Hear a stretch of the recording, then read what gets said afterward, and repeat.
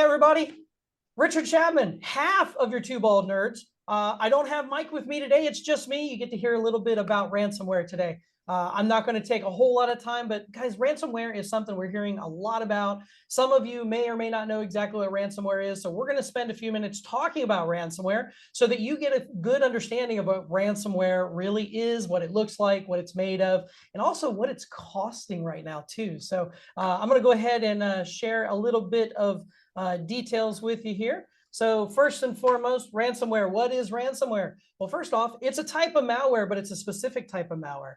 It's actually a malware that likes to hijack your computer, encrypt your data, and then they're basically holding it ransom. That means they want money. That means they want some sort of fundage, and most of the time it's going to be in Bitcoin. They want to see exactly what they can get out of you. And hopefully, if you've got your security measures in place, you may not have to pay them, but that's a whole different issue. So let's continue talking about ransomware. There are 6 stages of ransomware.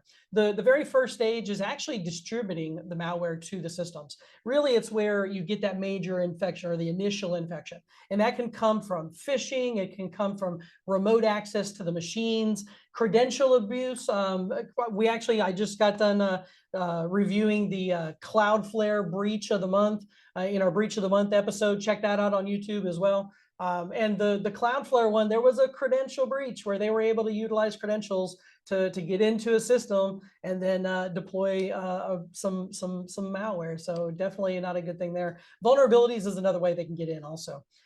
Stage 2, the command and control. This is exactly what it sounds like. It's compromising a machine to be able to control it from afar. So that means they can make that machine do what they want. They can also use that as a pivot point to jump off to other machines in the network. And that can be really interesting and provide them with a larger landscape to be able to attack, find additional vulnerabilities, basically do reconnaissance and figure out exactly what the network has and how they can leverage it to attack your environment. Number 3, discovery and lateral movement. This actually kind of goes from exactly where I was just talking about, which is the actual movement to another machine, figuring out that they can jump from one computer to another. And when they get to that computer, then being able to do maybe more, create persistence, which allows them to stay in that machine, even if we do capture their first activities. Maybe they create a username that doesn't get recognized as a username created by a malicious threat actor. But the point being here is it allows them to kind of jump around your network like they own the place, and that's not a good thing at all. Malicious theft and file encryption. This is stage 4. This is where most people find out that they have a ransomware attack going on. The first 3 stages are usually pretty well hidden. The 4th stage is, hey, I'm here. And it usually comes in the form of a screenshot that you have on your computer that tells you you have a ransomware attack going on in your environment and you cannot access your files. Really kind of a scary moment for companies when they get to that point. The next part is the extortion. Hey, we've got your files. They're encrypted. You can't have them. We're going to keep you in this state until you pay us X amount of dollars. Here's our Bitcoin wallet. Send us the money and we'll send you the decryption key so you can decrypt your files and get back to business as usual. Really a scary moment when a company is facing this. Last but not least is the resolution. The resolution comes in many different forms, but what is your resolution?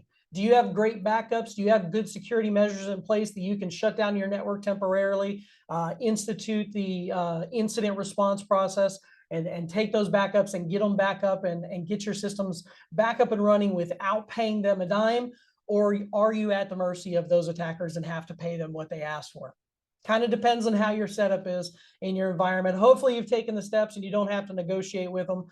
We don't like to have to negotiate with attackers, but unfortunately it happens and it's happening more and more frequently. So last couple things, I thought these were really interesting statistics that you guys can see on your screen right now. Number 1, Sophos found that the average ransomware payment in 2023 was $1.54 million. That's up from $812,000 the previous year. That's a big jump. And unfortunately, it's probably going to continue to jump. IBM also said that the cost of a data breach report in 2023, they found that the average dollar amount attached to a ransomware attack was about $5.13 million. That's a major increase as well too. So yeah, again, kind of following that trend. If we're looking at trends, we have to look at the future. And right now, they're saying that there's a good possibility that in 2025, the average cost, or sorry, the cost to the world, my bad, is looking to be somewhere in the neighborhoods of $10.5 trillion. Now, this is an estimate. I hope we don't come anywhere close to that, because that means a lot of companies are paying a lot of money to a lot of bad people. So ransomware, definitely want to make sure you're doing what you can in your business to improve your security and keep yourself safe. I would absolutely 100% make sure that you're doing whatever you can. But for those of you that are just getting into cybersecurity, hopefully this gives you a little bit of insight as to exactly what ransomware is, what it does. And I will catch you guys on the next Two Bald Nerds. So stay tuned for our next episodes. Check us out on YouTube from Two Bald Nerds. My name is Richard Chapman. See you next time. If you like Two Bald Nerds, check out our entire playlist right here. It's a lot of fun. We'll see you there.